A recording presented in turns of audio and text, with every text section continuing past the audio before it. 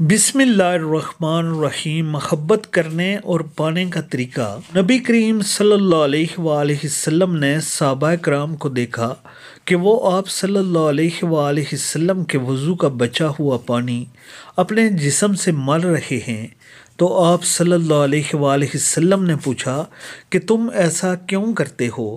صحابہ کرام نے عرض کیا کہ اللہ اور اس کے رسول صلی اللہ علیہ وآلہ وسلم کی محبت کی وجہ سے۔